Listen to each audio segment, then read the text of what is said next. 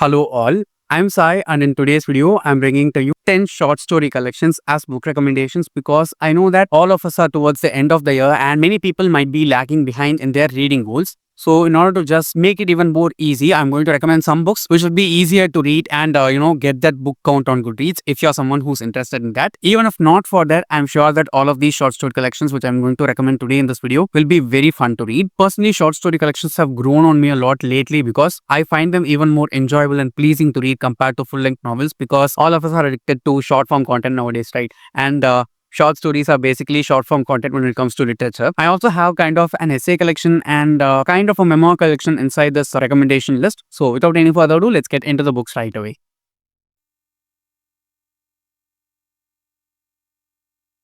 First, we have one of my all-time favorite short story collections, and it is Interpreter of Maladies by Jhumpa Lahiri, which is a collection of 9 short stories by the author, and it is also the debut work of the author. The book is so good that despite being a debut book published by the author, it went forward and got her the Pulitzer Prize. It's a collection of 9 literary fiction stories, and they are very, very beautiful. The best part about this short story collection is that even though the stories are very, very normal, they sound normal in the surface level, but as you dig in deep, the author packs a lot about the society as a whole in her writing, and it does not bore you in any way at all. It's kind of listening to gossip in other people's lives, but writing that gossip in a very gorgeous prose. That's the best way I can go for and describe Jhumpa Lahiri's books. This one is great. So if you're looking for a really good short story collection which is of extremely high quality, go forward and read this. Next, we have a classic mystery short story collection, and it is The Adventures of Sherlock Holmes by Sir Arthur Conan Doyle. This is the first collection of short stories inside the Sherlock Holmes series, and I have read like 2 or 3 other short story collections from the series, but of all the things that I've read so far, this is the best. And since we also have winter around the corner, this will be a great thing to read during the year because you will just enjoy these mysteries throughout, okay? The characterization of both Sherlock as well as Watson inside the series is extremely brilliant, and you just see their friendship getting better and better inside the series. I just love it way too much. It's a classic for a reason. If you've not read Sherlock Holmes before at all, just start with the short story collection. I'm pretty sure that you will fall head over heels for it because the author's writing is that immaculately well done. Both the characters here are also very, very compelling. Okay, you will not be able to take your eyes off Sherlock as well as Watson as you read their stories because they are so intricate, so well put together, and very, very intriguing. I can't hype it more, just go forward and try it. Next, we have a collection of short stories, but it is actually real things that happen inside the author's life. It reads more like a short story collection. That's why I'm recommending it here. It is Onam in Anightie by Anjana Menon. This is a collection of the incidents from the author's life when she was working from home because of the pandemic in 2020 and 2021 and the time that she spent with her family. The author actually works in Delhi, and because of the pandemic, she had to fly back to Kerala to her home, and she spent like basically a couple of years just with her family. What all happened during that time is the content of this book, and trust me, if you're someone whose native is Kerala or if you're someone who enjoys content from Kerala, this is one book you cannot miss. It's a tiny book, okay? If you start reading this, you'll be able to finish in just a weekend, or if you're someone like me, you would not be able to put the book down at all and you'll end up finishing it in just a single sitting itself. It's like snippets of incidents from the author's life, and they are all so delicious. You'll just get all the perfect, authentic Kerala flavors while you're reading through these stories because they are just so good. If you're from Kerala and if you have settled down somewhere else and are missing home, just go forward and read this book. It'll be a balm for your heart.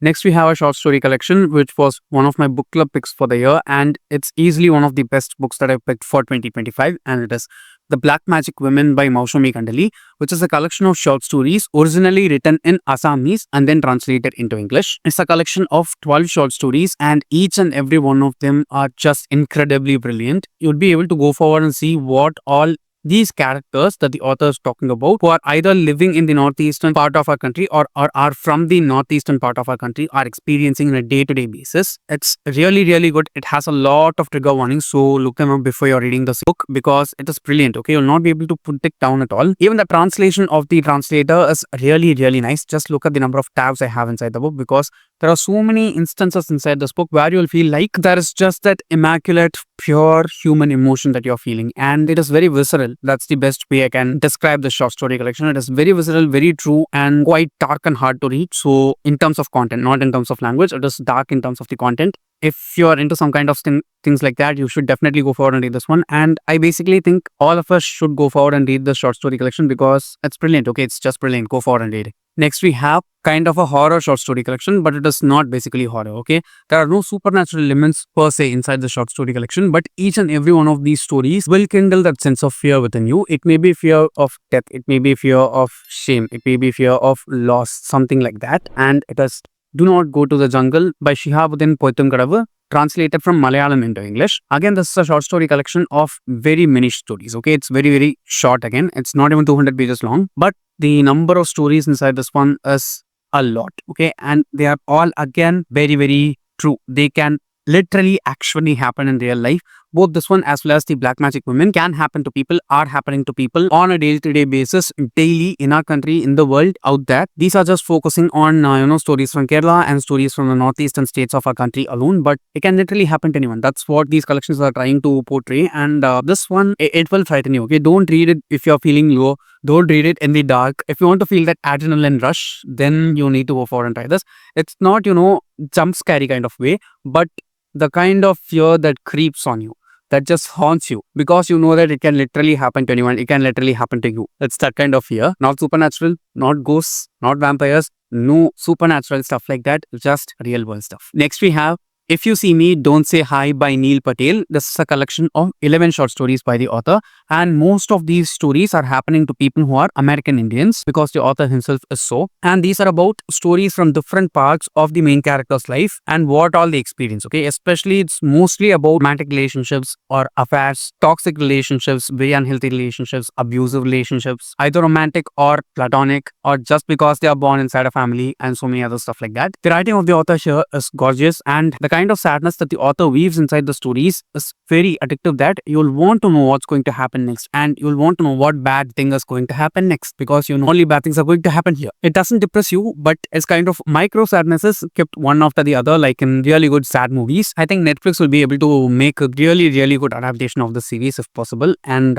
this is not a book just for introverts. Okay, don't look at the title of the book and think that it's for introverts. It's for everyone. Anyone can go forward and read it. It is again very, very different, not the normal kind of short stories that you'll read everywhere. The next one is literally a horror short story collection, and it is Flight of Fright by Stephen King and Bev Vincent. This is a collection of 17 short stories which are super frightening, and all of these short stories happen mid-flight. Okay, when the main characters are in the sky flying on the plane, these horrible things are happening, and it is super terrifying to read. Okay, read this during the rainy season. Don't read it anytime else. It's the best way to experience it because it's just amazing. Okay, all these 17 short stories are written by different authors. It's not like only Stephen King and Bev Vincent have gone forward and written all of these 17 short stories. Some of the authors inside this list are Arthur Conan Doyle, whose one book we saw already, the authors Stephen King and Bev Vincent themselves. We have Roald Dahl. These are some very unlikely names that you hear inside a horror short story collection, and trust me, it's delicious. Okay, as you read the stories itself, you will feel the fear that is felt by the characters inside the story, because literally all of these things are happening inside a flying plane. Just imagine. Okay,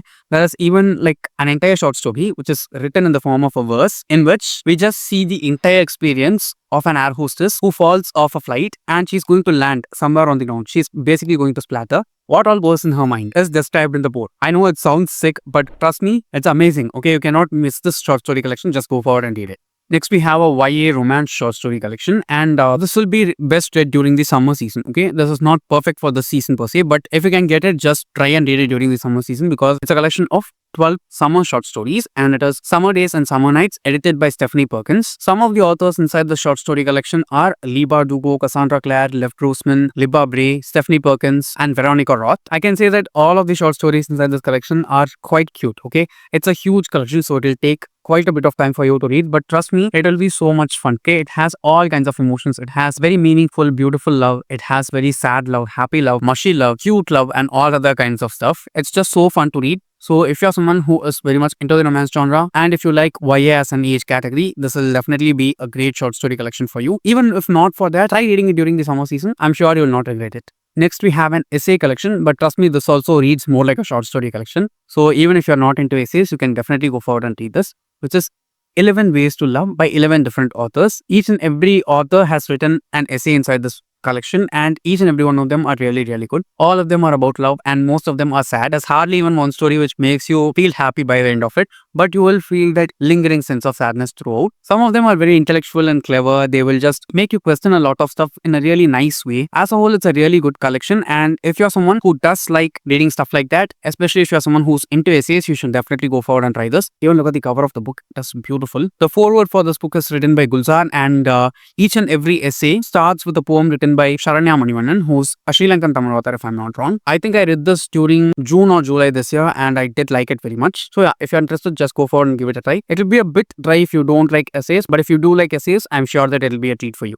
And at last, the final book that I'm recommending to you today is Love a Little Stronger by Preeti Shenoy. This is again a collection of incidents from the author's real life itself, and there are a number of stories inside it. It's not a short collection, but a short book. Again, you can read this in just a single sitting. It is very, very light to read, okay? So if you are just looking for something, read over the weekend, just very breezy, very happy. You just want it light. You don't want to read anything intense or hectic in any way. You should definitely go for and try this. Again, another great thing about this book is that it is perfect for beginners. Even if you're a beginner, you can go for and read it. If you're a person who has read a ton of books and you do like tough books also, you can go for and read this, because none of Preeti Shenoy's books are simple books, okay? The language is very easy, but the things that they deal with are amazing. You'll be able to see the world through Preeti Shenoy's eyes, if I'm not wrong, if you're reading this collection, because it just looks very beautiful, okay? It is very, very light. It will just make you feel very happy, give you a lot of hope. So yeah, just go for and try it. It's very, very tiny. So yes, guys, those are all the 10 short story collections which I wanted to recommend to you today. I hope you did like this list, and if you have any other such short story collections, please do let me know down in the comments, because I have developed a taste for short stories more now than before, and from your comments, I can get some really good recommendations too. If you did enjoy watching today's video and found it helpful, don't forget to give it a thumbs up and share it with your friends.